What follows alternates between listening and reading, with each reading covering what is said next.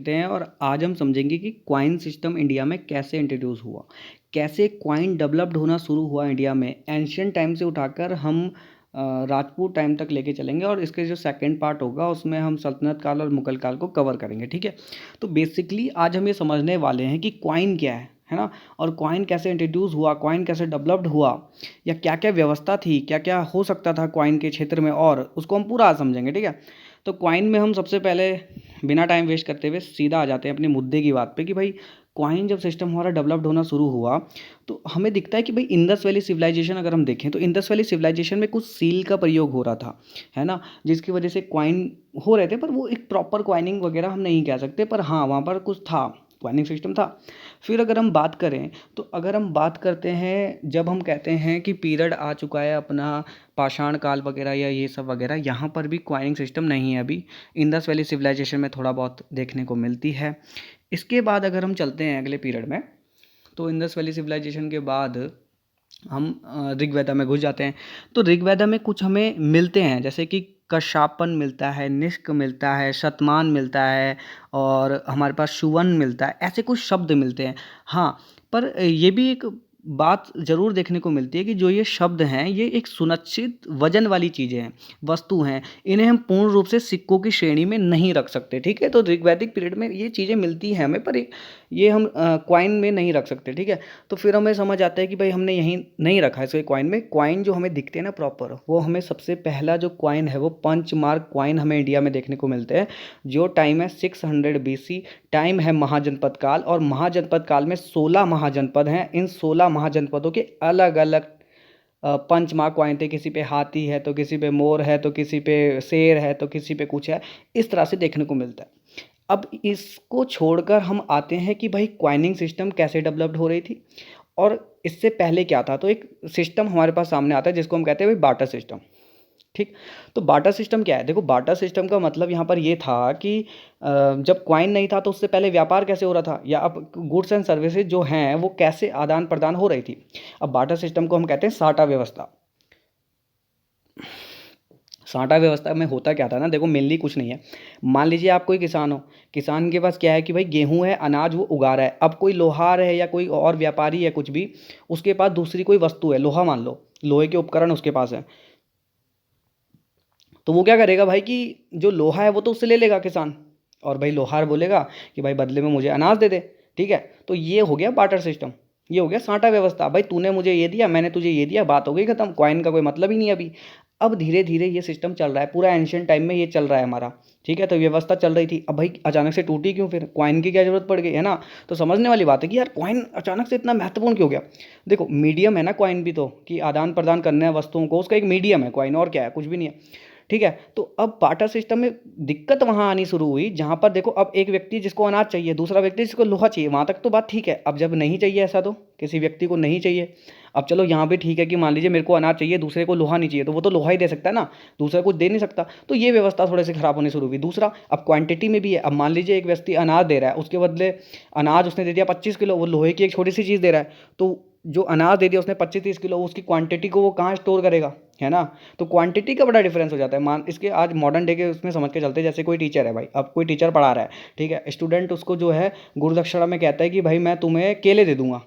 अब वो बोलेगा भाई मैं केले, चलो ठीक है, वो उसने दे दिए वहाँ 500 1000 पता नहीं कितने केले दे दिए। तो स्टोरेज प्रॉब्लम है, क्वांटिटी की प्रॉब्लम है, कहाँ रखेगा वो फिर। और दूसरा, जब वो पढ़ा रहा है और बदले में केले दे रहा है, तो क्या दोनों जो सर्विस दे जा रही हैं वो बराबर थोड़ी ना है। पढ़ाना तो फिर अलग बात हो गया, केला अलग। तो ये भी दिक्कत आने शुरू हुई और इसीलिए बाटा सिस्टम थोड़ा सा खराब हो गया।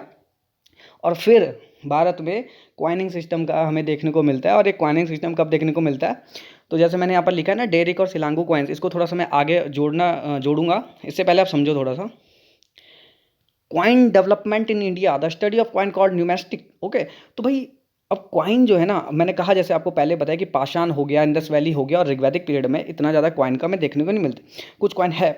600 BC Mahajanapada age, first coin introduce a silver coin called punch mark coin. अभी दिख रहा होगा ना आपको, ये पंचमार क्वाइन है भाई, ठीक है ना, ये दिख रहा है ना आपको, ये छापा हुआ। तो ये कैसे होते थे ना, इसमें क्या है कि मेनली जो देखने को मिलता है ना, कि जैसे कि अब बनाया धातु का, मेनली सिल्वर के होते थे। ठीक है, तो सिल्वर के ज़्यादातर क्वाइन है, कॉपर के बहुत कम मात्रा में मिले थे महाजनपद काल में। तो जब ये कॉइन थे ना अपने जब स्टेज में होते हैं ना, जब पिघलाए हुए होते हैं, उसी समय उस पे ना पंच करा जाता है, 5 चीज़ों पे पंच करा जाता था एक कॉइन में, और ये इर्रेगुलर रहते थे शेप में, ठीक है। और शेप में कैसे थे भाई, इर्रेगुलर थे, रेगुलर शेप नहीं थे, कैसे भी घुमा के बना सकते हैं कैसे भी, और इसमें छाप दिया गया, इसको पंचमार्क कॉइन कह दिया गया। अब ये पंचमार्क कॉइन आ तो गए, सिल्वर में थे, कॉपर में थे नहीं, ठीक है। तो उसमें देखा कि every Mahajanapada there separate punch mark coin. मैंने वैसे आपको बताया कि भाई हर महाजनपद का अपना सेपरेट कॉइन था। जैसे कि अगर मैं बोलूँ तक्षशिला का, कौशल का, इनका जो वजन होता था ना वो ज़्यादा था, समझ रहे हो, इनका वजन ज़्यादा था। जैसे कि भाई अवंती है और मगध है, इनका जो वजन था वो थोड़ा कम था।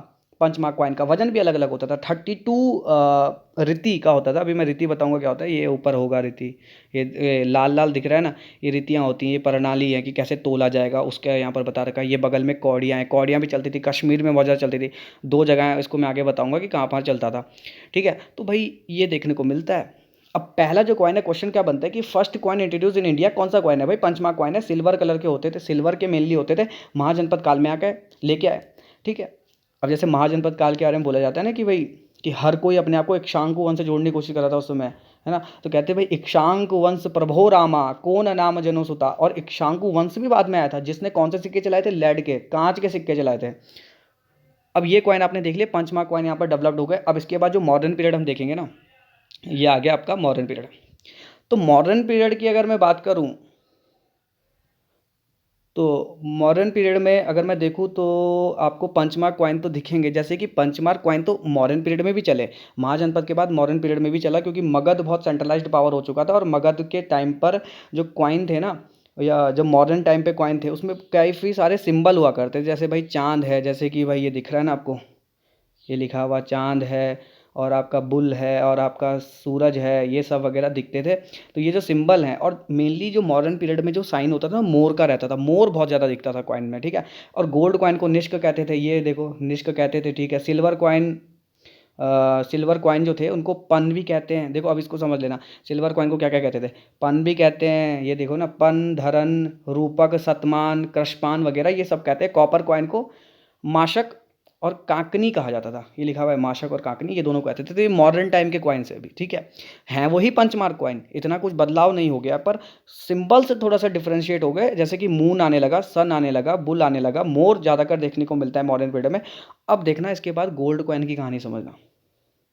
इंडिया में जो पहली बार गोल्ड कॉइन इंट्रोड्यूस हुआ, first gold coin introduce in India by the Indo Greeks. Indo Greeks आए थे ना, जब आप मॉडर्न पीरियड को समझते हो, और मॉडर्न पीरियड का जब विघटन हो गया, मॉडर्न पीरियड जब टूट गया, तो उसके बाद जो पीरियड आता है वो क्या होता है, पोस्ट मौर्य पीरियड। और पोस्ट मौर्य पीरियड में हम देखते हैं कि भाई इंडो ग्रीक्स आए थे, शक आए थे, पल्लव आए थे, कुषाण आए थे, लगातार चारों का आक्रमण हुआ और अलग अलग कॉइन निकल के आए। तो पहला जो सिक्का निकाला गोल्ड का, वो निकाला इंडो ग्रीक ने, ये लिखा हुआ है, ठीक है।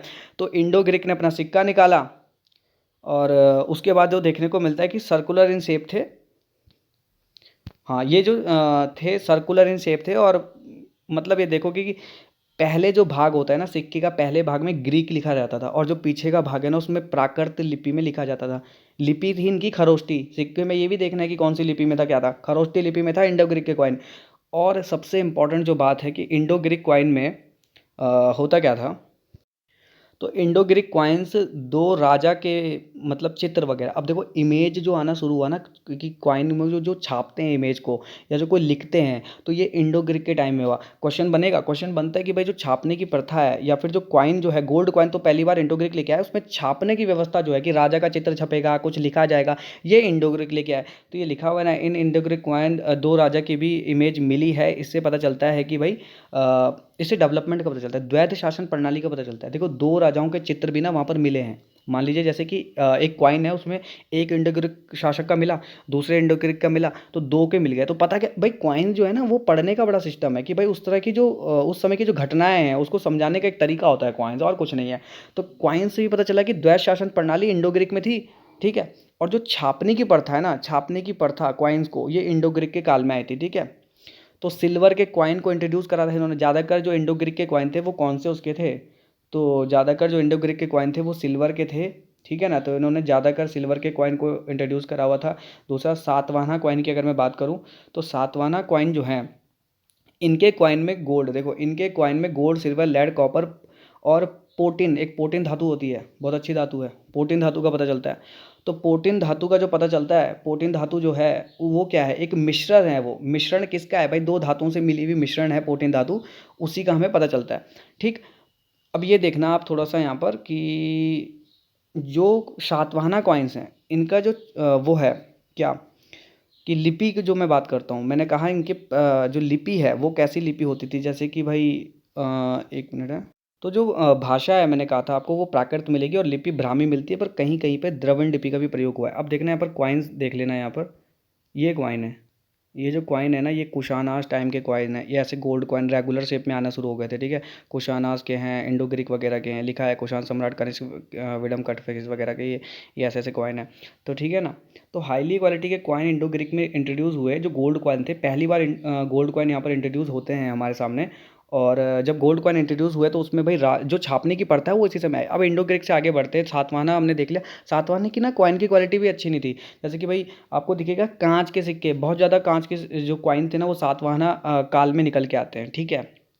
फिर हम देखते हैं कुषाण पीरियड को। कुषाण पीरियड को अगर हम समझें तो Kushanas introduce purest gold coin. अब यहाँ पर एक क्वेश्चन है, पहला गोल्ड कॉइन तो किसने बनाया भाई, पहला गोल्ड कॉइन तो लेके आया इंडो ग्रीक। प्योरेस्ट मतलब समझते हो कि शुद्ध मात्रा में 24 का 24 कैरेट का गोल्ड निकाल के रख दिया था कुशानाज ने। हाईली प्योरेस्ट कॉइन यहाँ पर देखने को मिलते हैं जो कुशानाज पीरियड थे। तो ठीक है, तो वो क्या दर्शाता है भाई, अगर कोई इतना ज़्यादा मात्रा में सोने का सिक्का निकाल रहा है तो वो दर्शाता है कि उसकी वेल्थ कितनी अच्छी है ना। तो वेल्थ बहुत ज़्यादा अच्छी थी कुशानाज की, और इसीलिए वो पता चलता है कि खतरनाक। अब पहला शासक अगर देखें तो कुजुल कटफिसिस ने कॉपर के कॉइन निकाले, ठीक है। तो ये है कुजुल कटफिसिस ने कॉपर के सिक्के चलाए थे सबसे पहले। फिर इसके बाद जो दूसरा शासक आया था उसका नाम है विजुअल कटफिसिस, जिसने गोल्ड कॉइन इंट्रोड्यूस करे थे। और इन पर शिव, नंदी, त्रिशूल, ये सारे सिंबल बने हुए थे, ठीक है ना। तो ये सारे जो सिंबल हैं ये कहाँ पर बने हुए थे, विडम कटफचिस कुषाण शासक का पहला राजा जिसने गोल्ड के सिक्के चलाए, और उसमें शिव का, नंदी का, त्रिशूल का सब चित्र बने हुए थे। Kanishka introduce highly pure gold coin, ठीक है ना। तो कनिष्क ने बहुत शुद्ध मात्रा में कॉइन निकाले थे। फिर उसके बाद आया था, और कनिष्क के समय ना देवी देवताओं का अंकन बहुत ज़्यादा होता था। जो देवी देवताओं का अंकन है, चाहे उसमें शिव है, नंदी है, त्रिशूल है, या फिर चाहे उसमें बौद्ध का ही तरफ क्यों ना हो, चाहे ना, वो सब धर्मों को लेकर सेकुलरिज्म का एक कंसेप्ट था उसका, सब सिक्के वहाँ पर देखने को मिलते हैं। उसके बाद ह्विस्क आया था, और ह्विस्क की अगर मैं बात करूँ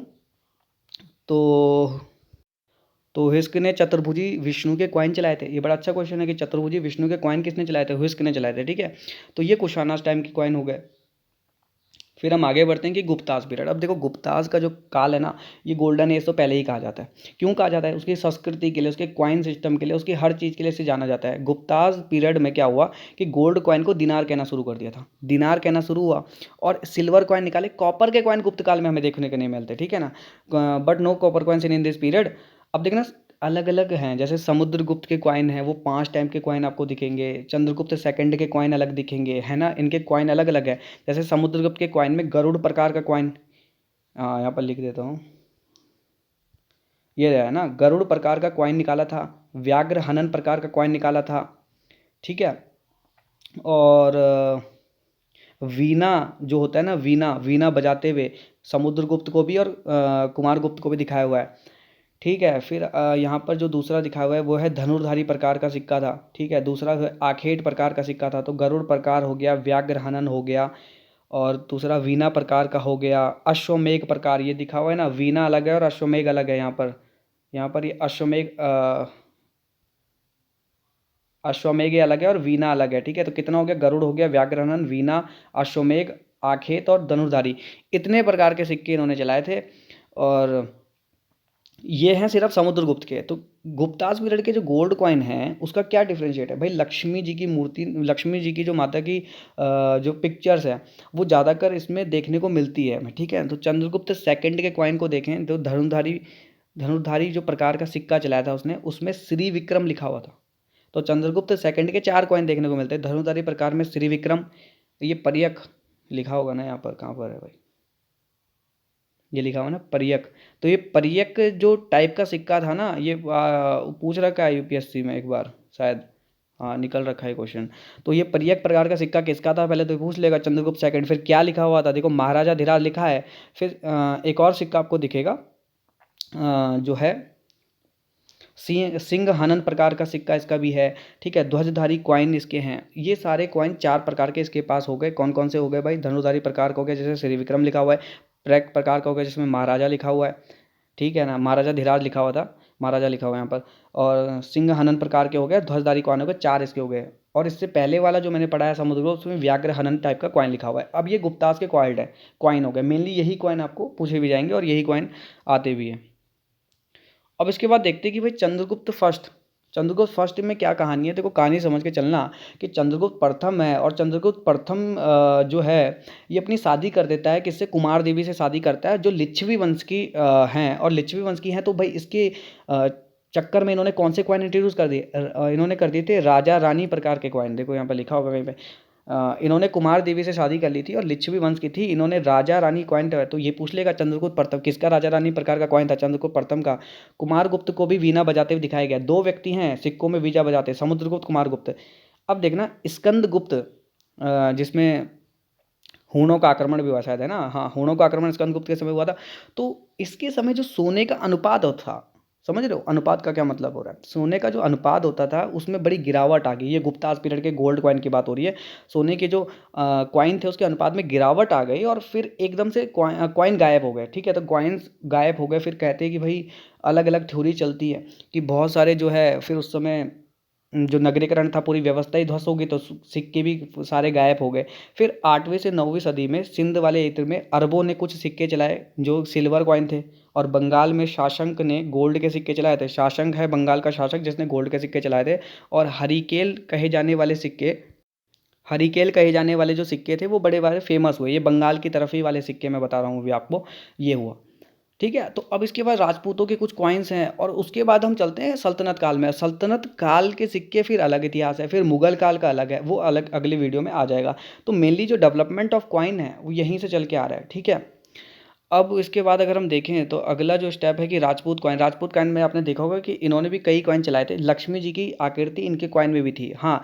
पर जो राजपूतों के कॉइन में लक्ष्मी जी की आकृति है उसमें 4 हाथ दिखाए हुए हैं, और गुप्तों ने भी निकाली थी उसमें 2 हाथ हैं। ये डिफ्रेंशिएट है दोनों के बीच में, ठीक है, लिखा भी है, गुप्ता में भी थे पर उन पर 2 आंख दिखाए गए लक्ष्मी जी के। अब यहाँ पर जो कॉइन दिख रहा होगा आपको, ये जो है रजत सिक्का है, जो गौतमीपुत्र, ये थोड़ा सा उसका है, सातवाहन वंश का गौतमीपुत्र सातकर्णी। इसकी कहानी मैं अभी लास्ट में बताऊंगा आपको। नहपान को हरा दिया था। जोगल थम्बी नामक स्थान हमें पता चलता है जहाँ पर नहपान के बड़ी मात्रा पे सिक्कों का पता चला है। नहपान कौन है, शकों का राजा है, शक क्षत्रप तो है, उसका एक राजा है नहपान, और उसके बड़ी मात्रा में सिक्के मिले। जब जीपीएस बोलते ना, सम्राट एकराट गौतमीपुत्र सातकर्णी, वो जो है उसने इसको हरा दिया था, नेपान को हरा दिया था। तो उसने क्या करा कि जो इसके सिक्के हैं उसको उस पे अपना नाम गुदाना शुरू कर दिया, तो हमें दिखने को मिलता है। तो देखो जो ये सिक्का है ना, ये है वो प्रॉपर सिक्का, कुछ पे अलग गुदा हुआ है, फिर उसके ऊपर अलग मार्किंग हो रखी है, ठीक है।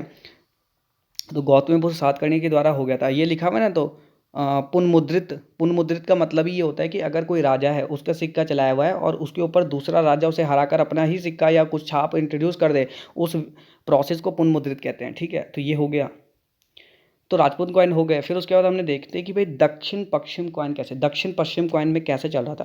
देखो दक्षिण पश्चिम का जो क्षेत्र है ना, यहाँ पर सातवाहनों के कॉइन भी चल रहे हैं, रोमन के कॉइन भी चल रहे हैं, ठीक है, और पंचमार्ग कॉइन भी चल रहे हैं, ठीक है। और यहाँ पर और कौन से थे, और ऐसा ही हमें देखने को मिलता है पूर्व दक्षिण में भी ऐसा है कि 4 टाइप के कॉइन चलेंगे। सातवाहन के चलेंगे, रोमन के चलेंगे, पंचमार्ग चलेंगे, छत्रप जो मैंने बताया ना, 4 छत्रप उनके कॉइन चलते, दोनों व्यवस्था ऐसी थी। अब हम इसके बाद आगे बढ़ते हैं कि भाई द रोमन कॉइन्स की बात करते हैं, समझ गए। तो रोमन कॉइन्स क्या होता है ना, कि जितना आपका दक्षिण भारत वाला है, चोर चेर पांड्या वगैरह, इन जगह से रोमन कॉइन्स बड़ी मात्रा में मिले, ठीक है। तो रोमन कॉइन्स की हम बात करने वाले हैं, रोमन कॉइन्स की हम बात करेंगे। तो रोमन कॉइन्स वगैरह जो हैं देखने को मिल देंगे, ठीक है। तो रोमन कॉइन जो मिले हैं उसमें मुख्यतः ये देखने को मिलता है कि भाई दक्षिण में मिले, पुहार से रोमन कॉइन बहुत बड़ी मात्रा में मिले। नोट करना नाम, पोहार से बहुत बड़ी मात्रा में रोमन कॉइन्स मिले हैं। अब इस बात को समझ के आना कि जो ड्रेन ऑफ वेल्थ है वो इंडिया की तरफ थी। मान लीजिए क्या होता है कि भाई यहाँ पर वो काली मिर्च लेने आते थे, तो भाई बदले में हम मांगते थे सोना, क्योंकि हमें तो कोई ज़रूरत है नहीं। वो उसके बदले अगर कोई वस्तु देंगे, अगर मसाला देंगे तो हमारे को ज़रूरत है नहीं, मसाला हमारे यहाँ हो रहा है, अनाज देंगे, अनाज हमारे यहाँ हो रहा है, सब कुछ हमारे यहाँ हो रहा है, तो हम मांगेंगे गोल्ड। तो फिर अब एक स्टेटमेंट भी आता है, प्लिनी का ऐसा है वो स्टेडियम, वो कहता है कि भाई जितना भी थेम्स नदी का सोना है वो गंगा नदी के आके किनारे हो जाता है, और रोता है। एंशियंट भारत में स्टेटमेंट है उसका, तो रोते हुए दिखाई देता है। और फिर बाद में अगर हम देखें तो दादा जवाहरभाई नेहरू जी की ड्रेन ऑफ वेल्थ की थ्योरी आती है, तो उसमें क्या बताते हैं कि जितना भी गंगा नदी का सोना है वो सारा थेम्स नदी के किनारे जा रहे हैं। तो देखो डिफरेंशिएट देख रहे हो, एंशियंट टाइप और मॉडर्न टाइम में कितना ज़्यादा फ़र्क देखने को मिलता है कि एंशियंट टाइप में विदेशी आके हमारे उसमें ये कह रहे हैं और मॉडर्न टाइम में हमारी ये स्थिति हो रही है। तो कितना लूटेड हो रखा है, कितना लूट हो रखा है, आप समझ जाओ इस तरीके से। तो बहुत ज़्यादा जब सोना आया था, रोमन कॉइन्स यहाँ पर देखने को मिलते हैं, तो ड्रेन ऑफ वेल्थ इंडिया की तरफ झुकी हुई थी, और ड्रेन ऑफ वेल्थ जब इंडिया की तरफ झुकी हुई थी तो दक्षिण भारत में बहुत ज़्यादा रोमन कॉइन्स मिले। ओके, अब देखना दक्षिण भारत में कुछ आपको पता है कि भाई जैसे चेर चोल पांड्या वगैरह, जैसे पल्लवास, पल्लवास का सिंबल है बुल, चालुक्य का सिंबल है बोर, चोलाज का सिंबल है टाइगर, पांडवास का जो पांड्यास थे ना, पांड्यास का फिश था या लायन था, चेराज का धनुष का सिंबल था। चोलाज के जो कॉइन है वो मेनली टाइगर सिंबल उनका देखने को मिलता है, पर उनके जो कॉइन है ना, उसके कॉइन में हमें ये भी देखने को मिलता है कि धनुष के भी हैं और मछली के भी हैं, जो पांड्यास के हैं, और दूसरा किसके हैं भाई, आपके चेराज के। तो ये पता चलता है कि चोलाज ने कहीं ना कहीं उनको डोमिनेट कर दिया होगा, कहीं ना कहीं उन्हें हरा दिया होगा, कहीं ना कहीं उनके साम्राज्य को अपने में मिला दिया होगा। तो ये एक पढ़ने का तरीका होता है कॉइन को, है ना। तो इससे हमें ये पता चलता है, और इसकी अगली वीडियो में हम सल्तनत काल या मुगल काल को लेके चलेंगे। तो आई थिंक आपको समझ आ गया होगा कि कॉइन का डेवलपमेंट कहाँ से और कैसे शुरू हुआ। ये आपने देख लिया, ये वाला सिक्का हो गया, ठीक है ना।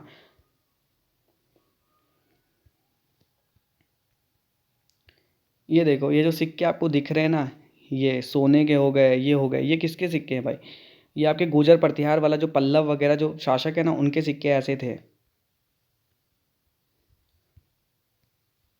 ठीक है, तो आपने समझ लिया भाई कि कैसे कैसे कॉइन सिस्टम डेवलपमेंट हुआ। तो कॉइन सिस्टम में कोई भी क्वेश्चन अगर बनता है यहाँ से, तो आपकी मदद हो जाएगी, और अगली वीडियो में हम देखेंगे कि अगला कैसा। चलो ठीक है, अगली वीडियो में मिलते हैं।